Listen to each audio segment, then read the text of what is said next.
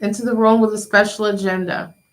Today we're going to be talking about something that school year started. We in there. And for those who are for the first time taking their children to school and have some hesitations, they're newly diagnosed, or this is a new year and last year wasn't easy. There'll always be hiccups. But as a parent, it's the best thing in the world is getting information that's helpful, that you need. For me, in the very beginning, it wasn't easy, and from day to day, it is different. But now that my daughter is 22, in November she will be 23, and my son just turned 18. Yes, I am crying about it. I know uh, it was time, and they do grow up, but sometimes we hang on to it, and it comes with a measure of fear sometimes. We want so much for them, but we are also fearful that things will not go smoothly, and we can't stagnate them by living in fear for them. That's not, it won't help them. And so today we're going to be talking about the things that will help you get you through because you'll need it. I needed it. And so I always feel that it's important to share what you have. Each one, teach one. And for me, learning the things that have worked has been life changing. Not just for me, for her, for him. Giving your children grace and understanding that while you're having a hard time with their behavior, the reason you're having a hard time is because they are. So it's important to help them manage by knowing what's going on and being an observant parent. And as they grow, we grow with them. I never forget that when Rayla was little, you learn to soothe your child from what you've seen others do and what you've experienced yourself as a child. Bouncing them, rocking them. Well, the first time when my daughter was born and they handed her to me, I knew something was different. Everybody told me how wonderful and beautiful she was, and I agreed. But I just felt something else was going on. But what I didn't pick up on was that she did not love rocking or bouncing. And she didn't sleep well at night. And she was getting plenty to eat, and she was changed and she was dry. But as often as we rocked her, it seemed to agitate her. And we as new parents didn't pick up on the fact that that was a sensory issue that she would always have. Now, Rayla is fearless. When it comes to a roller coaster, you can't match her. You could drop her off a building. She'd be just as fine as she could be because she enjoys that stimuli. But she did not enjoy being rocked. She doesn't like to be touched unexpectedly. And I had to learn those things for her so that she could get peace because she was having a horrible time. And as tired as I was, she was even more tired because I was doing something that was agitating her. Imagine if you were going to sleep and every time you dropped off to sleep, someone would wake you up by shaking you. Well, to her, that's what that was like. It wasn't comforting at all. But as a parent, learning those triggers for your kids and recognizing the signs of a meltdown is really important. And in being invested and accountable to respecting that and understanding that there are certain things that as adults that aren't neurodivergent, there are certain things that we don't like. There's certain touch or smell or taste or textures of things that we don't like. Respecting and understanding that with our kids is really, really important too.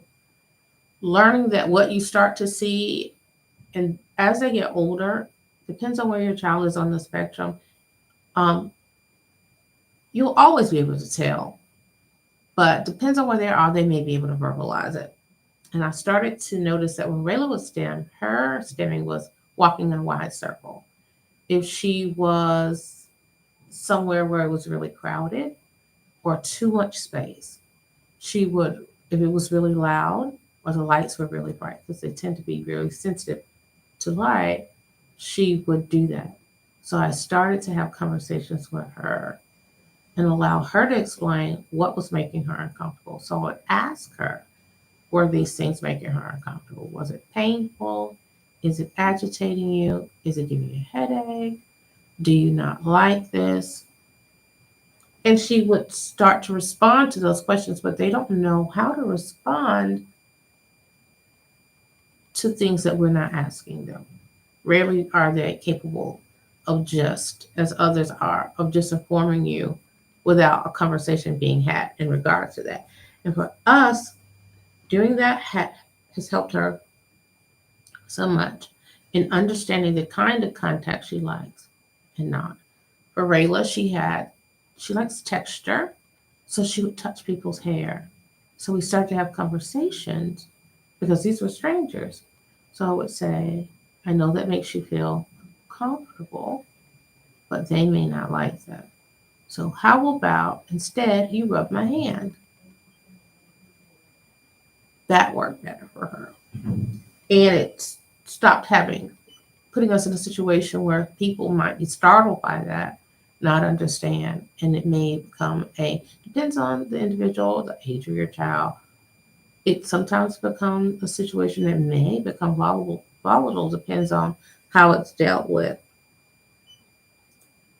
Also, for us, learning that she needed a weighted blanket because she was using it in therapy, sometimes we forget that it's important that we not just, if they're doing that in therapy, talk to the therapist about possibly what equipment that you'll need that you can find on your own. You can look some of it up. And yes, it's a weighted blanket and done by weight, but knowing how long to use it and what setting that you can use it in, being prepared for those moments really helps. Learning the forms of touch that also make them uncomfortable. Now, I'm going to say this, and I don't know how many other people don't know that they may have those issues, or that is an issue, or that their kids have those issues. For my son, anything that touches him that rubs, it would be tags, and he would describe it as being painful. And we could not understand why he was having such a hard time. This child had ripped up his pants one time. He got off the bus looking like an Incredible Hulk. Um, I did not send that child to school like that. He did not have any holes in his clothes, but he created one because of what was going on with the fabric. And what was happening was we weren't acknowledging it. Sometimes, as parents, we are dismissive of things that we deal with, and we don't think that they should have a problem with it because we're okay. That's not reasonable. We don't all like the same foods. We don't all like the same color clothing. It's not our favorite this or that. We all have things that we enjoy differently. And they shouldn't be made to feel ashamed because they're having a hard time with a kind of touch. Understanding that you should let family members know if they don't like hugs. Forcing someone to endure something to make someone else comfortable is neither fair or reasonable. So, being kind to your children is being considerate to their needs. And if you know what those needs are, it would only be kind if we acknowledge it and keep it in mind and act with them in mind when we are helping them through their day. Because of some of the reasons they are having meltdowns, it's because their needs are being ignored. Not intentionally, but without consideration that it will have more severe ramifications than if we would just consider them and not force them into situations that are avoidable and definitely not necessary. We can help them not offend people by informing them that they do love them, and that can be done from a distance. You can ask them questions like, "Do you like them?" And they usually will say yes. You said, "Do you like hugs?" They'll let you know that they don't like it if they speak. And giving them permission to understand and others to respect them too. Because how we treat our children teaches others to treat them the same way. We don't want them to believe that they owe others to disregard their boundaries just because it makes them feel comfortable. That's not fair. Also, tone recognition. For my son, we had many conversations in regards to that. And other adults from the outside would look on and assume that he's trying to be disrespectful. Well, with children that are on the spectrum and some that have ADHD, depends on, because there's a thin line, they miss the mark sometimes. It is not intentional. There is no hierarchy in their mind where they understand. They know that you're an adult. They can see you. They know that you're their parent or grandparent or teacher or another adult in authority. What they don't recognize is why they should not state what they think when they think it. So we've had to have conversations where I say tone. And at first he wasn't clear on what I meant. He's like, "I'm not being loud." No. But what you said seemed impolite. Was that polite? No. Could we have said that differently? Yes. Do you need to say that to me again? No. And here's the thing that helped with him, because he's in a different place on the spectrum than Rayla. And because he is painfully honest, his behavior started to improve because I started to ask him, if I was the child and I'd done this, what do you think my punishment should be? When I tell you it, the room changed because you're giving them the opportunity to charge themselves. It allows accountability, but it also allowed him an opportunity to think about what had happened and why this wasn't necessary. And 10 out of 10 times, he would come back, apologize, tell me what he'd done that he shouldn't have done, and how he'll change that next time. And he'd tell me how he felt about it. My children matter to me. They need to know they matter in every part of your life and their life. Their life shouldn't be about making ours easier. And we can't always make theirs easier. But once they understand what the assignment is, when I tell you they can complete it better and get an A, they can and do. Oftentimes we're told that they don't understand. It is we that do not understand, because it's really important that the communication is had in a way in which it's clear to them what is expected. Also, when you're talking to them,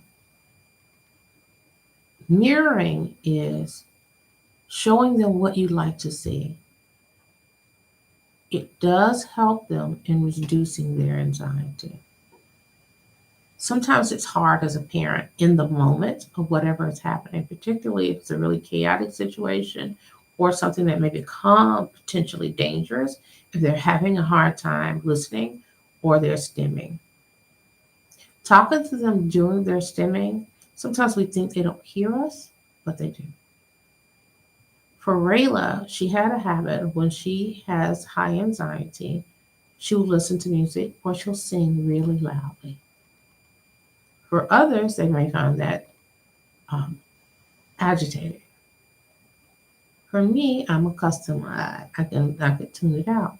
But in some certain situations, when we're leaving somewhere or we're in a busy parking lot and she's stimming and she's not heading towards the car, I have to say, could you pause your song or your singing so that you can follow my instructions? I need you to hear me. I don't usually say it that slowly, but I try to say it calmly because there were times when I was overwhelmed myself and we were running late for somewhere and she was stimming and wasn't in the car and we needed to be leaving. And she said to me, could you not yell at me? I can hear you. And I said to her,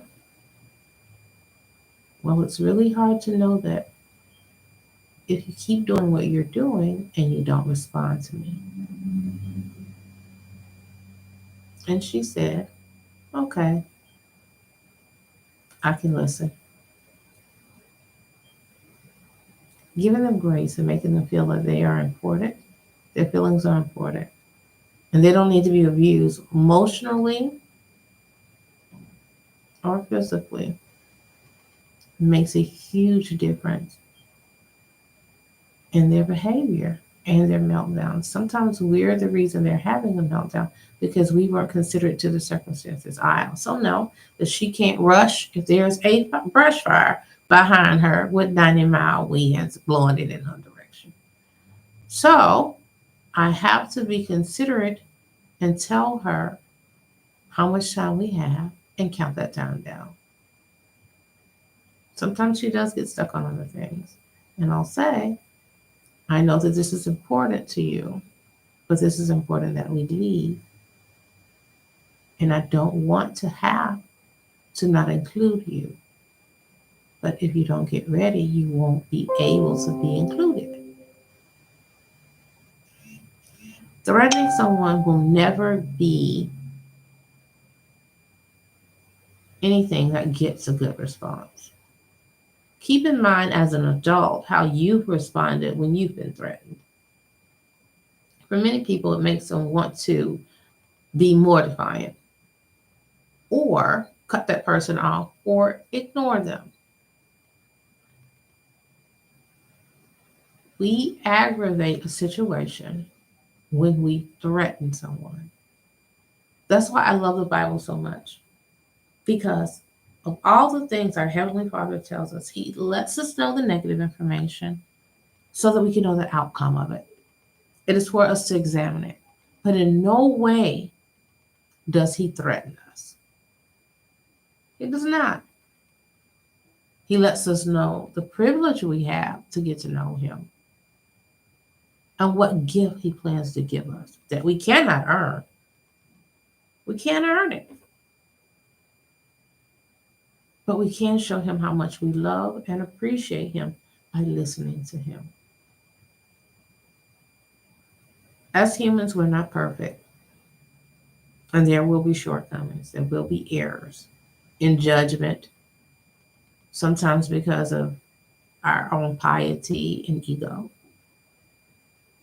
sometimes because we are more concerned about the opinions of others than we are about understanding that the sacrifices that He's asking us to make are for our benefit. But nothing He says is to harm us. Nothing He's going to do is to harm us. Everything He does is done in love, correction, redirection. And we have to do that with our own children. There will be days when it's really hard and really important that we take the time to sit ourselves down and give ourselves a break sometimes. And that's hard when there's chaos. But there will be less chaos when respect, consideration, and love is given. helping them to recognize and mimic our calm behavior when we have a calm spirit, and considering that they're actually having a hard time, rather than punishing them for having a hard time, really makes a difference. Developing speech patterns in which we take the time to help them understand what is happening that we observe and what we expect and need from them. Developing scripts and conversation for particular behaviors and things that are happening or things that we need to happen. And believe it or not, you have a routine, even if your life seems chaotic like mine. There is a routine, even in our no routine. So helping them managing it and respecting that and having a conversation about it, making it clear when there'll be changes and what is going on and why that is so important. Being consistent, I can't tell you how important that is. If you promise to do something for them, do not promise something that you aren't sure can happen, that you know they really want, because that is going to cause confusion and chaos. That would be like if you were at work and your boss told you that you could get off work at the hour that you were supposed to get off, right? But when it came time for you to get off, instead of them talking to you ahead of time, because they said earlier that maybe there was going to be overtime, but they told you for certain that you would be able to get off. It's just your scheduled time. And then when it came time, they told you mandatory overtime and threatened your job. And they thought you were upset because you had to do overtime. You were upset because it didn't allow you to make the adjustments that you needed to make to accommodate their request.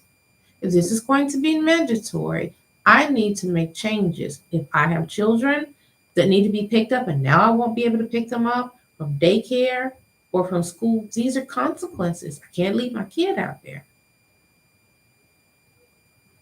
If you're going to have dinner, if someone is going to pick them up, you need to have made arrangements so that they can eat. It will cause confusion in your room. As parents, we have to make concessions for understanding those moments that those things are going to happen. Change will happen, but we owe them accountability by letting them know that we are aware that those changes are happening and inform them ahead of time.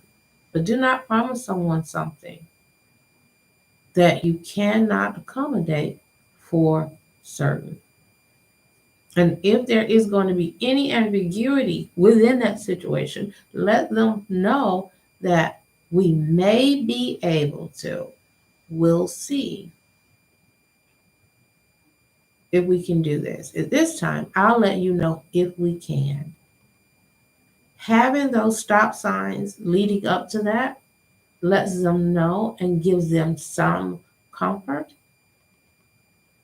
It makes them feel some form of safety and understanding within those situations because they get overwhelmed. Letting them know about what it will be like when they get there, particularly if this is a different environment, something they don't ordinarily do, if it's a different doctor, if this is going to be a different place that you all have to go, is this going to be a long ride and you all won't have time to stop at the places they ordinarily do. Let them know what you'll do to replace that. If changes are going to happen in their play routine and they normally go to the park at this time for 30 minutes or an hour, whatever your time schedule is for that, letting them know that today we won't stay this amount of time, but this is the amount of time we'll stay. But rather than just ending it abruptly, as your manager would have done to you, and just letting you know at the time that you're supposed to get off that now you can't without huge consequences, let them know ahead of time. Give them the grace that you would deserve. Give them that grace. It helped me to understand that it's not a countdown, but if we have 30 minutes, 20 minutes, 10 minutes into it, I'll say we have 20 minutes. Then I'll let them know we have 15 minutes. Then I'll let them know we have 10 minutes. And so on and so forth till we have just, and then they know and they're prepared. There may be some pushback sometimes, but usually not so much because you prepared them. You gave them a chance to prepare themselves. That's usually the problems that they have, having a hard time regulating their mind and absorbing the situation, processing it. And it's really key that we give them an opportunity to process the different things that are happening so that they're okay and then you're okay. It really makes a huge, huge, huge, huge difference. And also helping them with transitioning, letting them know that makes a difference, particularly in school. Having that conversations with their teachers so that they understand the things that work for your child and what don't. And I tell most parents this that don't know going into the school system, it's really important when you have children on the spectrum that you have a talk with those teachers and those that will be involved in their day-to-day structure of their program and they're executing their IEP. Make sure that you put in there that you want a graduated a written behavioral plan. That means as changes occur, you want them regularly. You like to have even a mini meeting. If you can't come in person, you can schedule a Zoom meeting. That's within your right to request as a parent. I wish there were so many things that I had known. Soon we'll be having more information coming up. We'll be having a link tree. I'm working on setting that up. And it won't just be for this library. It will be an interstate link. So we will be able to reach out to other libraries around the state to get the information we need because where we are might necessarily not have it. And you'll be able to link in with the other digital material they have. So that's going to be really awesome. I have someone that's going to be helping me with that. So I'm really excited about that. And I'll be able to update you all on that. We will be, now, tentatively, we do have it set in stone, but anything can happen. So September the 13th, we will be having a social story that will be translated in sign language. If things work out really well, I also have someone helping me and do it in Spanish as well. And it's a puppetry show. So we'll be streaming that. I'm really excited about doing that. I hope you all join me in the room soon for that. And join me next Wednesday as well. We have lots of things going on. I want to get back to something that I almost forgot to mention. The thing that made the most difference for me with my kids was helping them manage new environments by letting them know what that situation was, but also having that social conversation ahead of time, but making sure that you celebrate the good things that they're doing behaviorally. When things are going well, and it may seem like a small thing, and many people think, oh, you shouldn't constantly give someone validation about something. Well, it's important to them, and they need that. They may not always need that. But helping someone understand what is approved of, what is acceptable, what is good, trains them to do that regularly and to pantomime that behavior.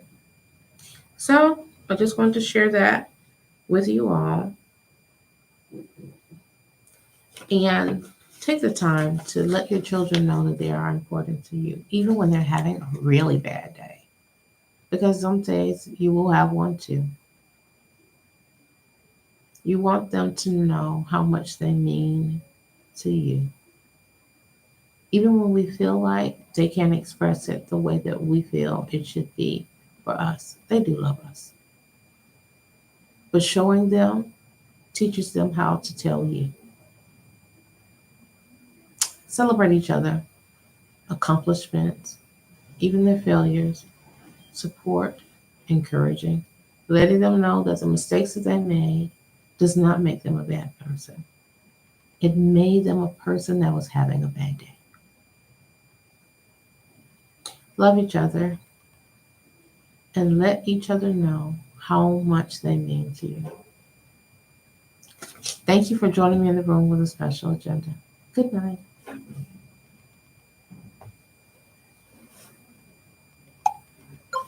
Okay.